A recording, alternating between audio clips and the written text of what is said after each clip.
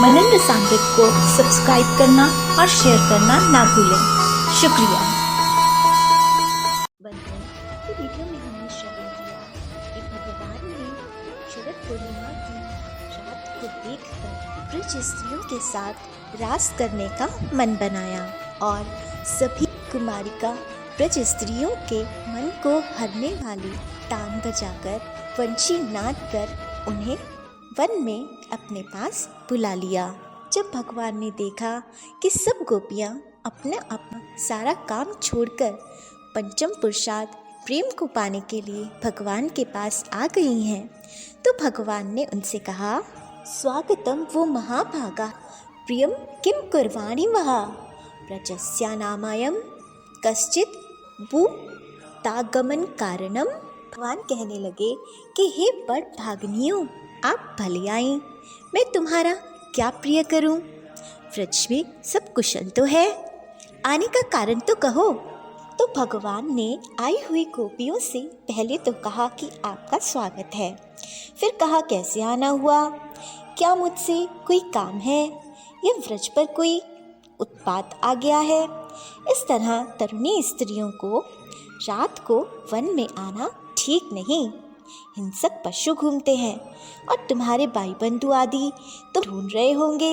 भगवान की ऐसी बातों को सुनकर गोपियाँ जो अनन्य प्रेम कारण आई थी इधर उधर वन को देखने लगी।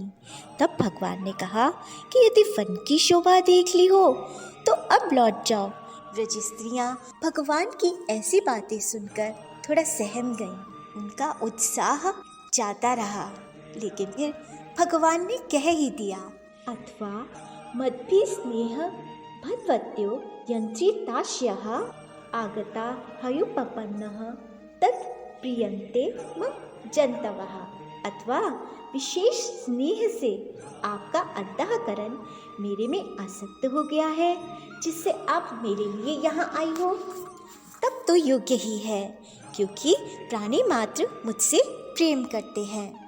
तो अंत में भगवान ने कह ही दिया कि तुम यदि मेरे प्रेम के कारण यहाँ आई हो तो योग्य है, तब तो ठीक है।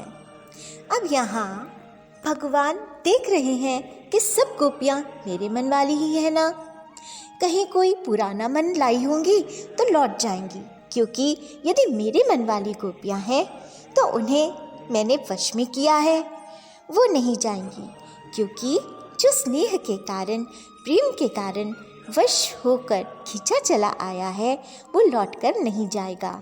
इसलिए जो लौटकर नहीं गया, अंतःकरण में प्रेमी भगवान के प्रति प्रेम ही रहा शेष, तो दोनों तरफ निष्कपट प्रेम करना ही कर्तव्य है।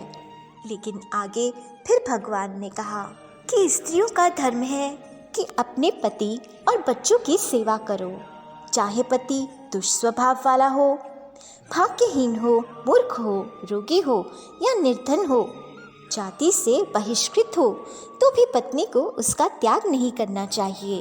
फिर आगे भगवान ने कहा कि तुम सब कुलीन स्त्रियां हो, तुम्हारा मुझ में जार भाव तुम्हारा विनाश कर देगा।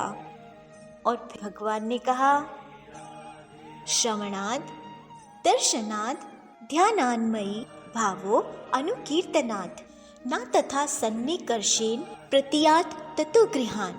जैसा भाव मुझ में श्रवण दर्शन ध्यान और कीर्तन से रहता है, वैसा भाव पास रहने से नहीं होता। इस कारण से तुम घर लौट जाओ और वहाँ परोक्ष में भक्ति करना, क्योंकि पास रहकर लौकिक प्रेम करने से वो प्रेम काम रूप बन जाता है और श्रेष्ठ नहीं रहता। भगवान यहाँ ये भी आशय कर रहे हैं कि दूर जाकर मर्यादा भक्ति करें, और जो स्वतंत्र भक्ति चाहती हैं वो दूर ना जाएं। तो भगवान की इन सब बातों को सुनकर गोपियाँ चिंतित हुईं। भगवान के शब्द कठोर थे, लेकिन वो भगवान की मृदुलता को भी जानती थी। तो क्या सच में सांवरी उन्हें घर लौट जाना चाहते थे?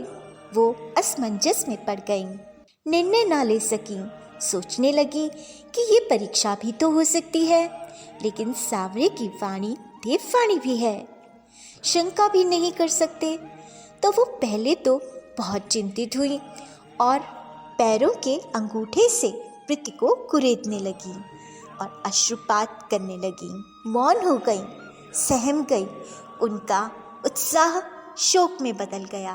फिर गोपियों ने खुद को संभाला और जिनके लिए सब कुछ त्याग कर आई थीं, उनके निर्मोही निष्ठुर वचन सुनकर दुखी मन से उनसे कुछ रोष में भी भरकर कहने लगी, मय एवं विभोरहति भवान कथितुं निशंसं संतज्य सर्वविजयां तव पादमूलं ताभजस्व दुर्वग्रह मां त्यजास्मान् देवो यथा आदिपुरुषो भजते मुमुक्षुना। हे भगवान, आपको ऐसे क्रूर वचन नहीं कहने चाहिए। हम सर्व प्रकार से सर्व विषयों को छोड़कर आपके चरण मूल में आई हैं। हे दुराग्रही, आपके पास प्राप्त हुई हमको वैसे भजो जैसे आदि पुरुष देव मुमुक्षुओं को भजता है, यानी मोक्ष चाहने वालों को भजता है।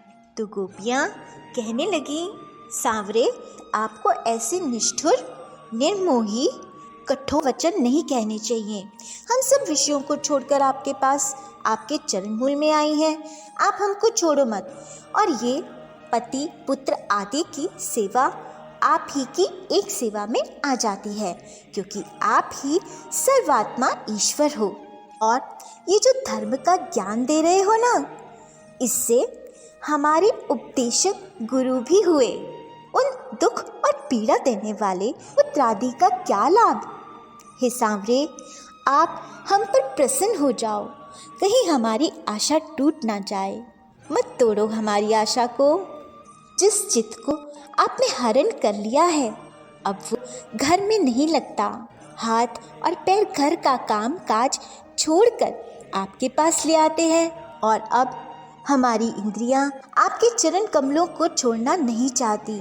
और यदि आपने हमें फिर भी जाने के लिए कहा, तो हम विरह की अग्नि में जलकर देह त्याग कर देंगी।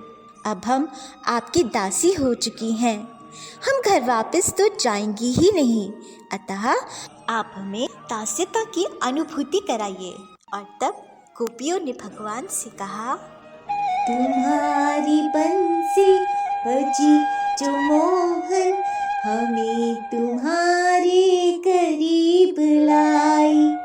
तुम्हारी बंसी बजी जो मोहन, हमें तुम्हारे करीब लाई। नहीं है वश में ये मन हमारा, न जाने कैसी लगन लगाई। तुम्हारी बंसी बजी जो मोहन, हमें तुम्हारे करीब लाई। तुम्ही को हमने है अपना माना, जो चाहे समझे हमें जमाना। न और भाई सिवा तुम्हारे, नीरस लगे है ये दुनिया सारी। तुम्हारी बंसी बजी जो कान्हा, हमें तुम्हारे करीब लाई। झूठा है बंधन जगत का मोहन, तुम्ही से सच्चा नाता हमारा। शरण में ले लो चरण ये दे दो, इनके लिए हम सब छोड़ आई।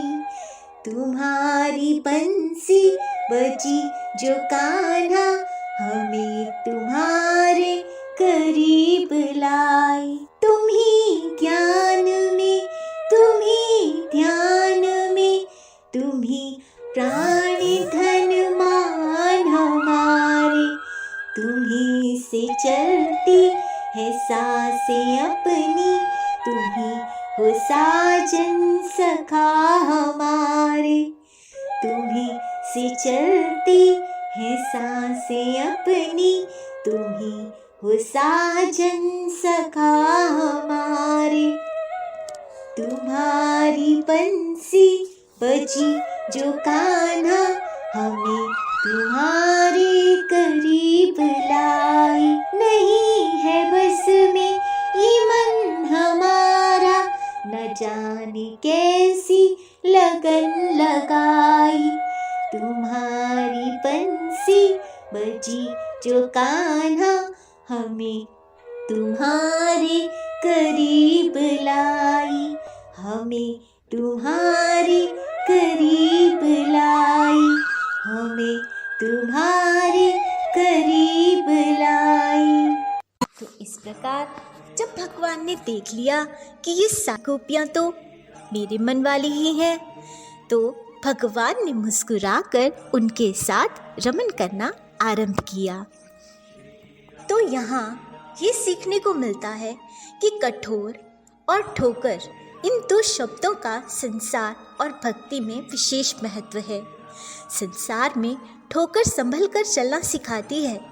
संसार में किसी के कठोर होने का मतलब ठोकर मार देना हो सकता है, लेकिन भक्ति में गुरु या संत या भगवंत का कठोर हो जाना ठोकर मार देना नहीं होता।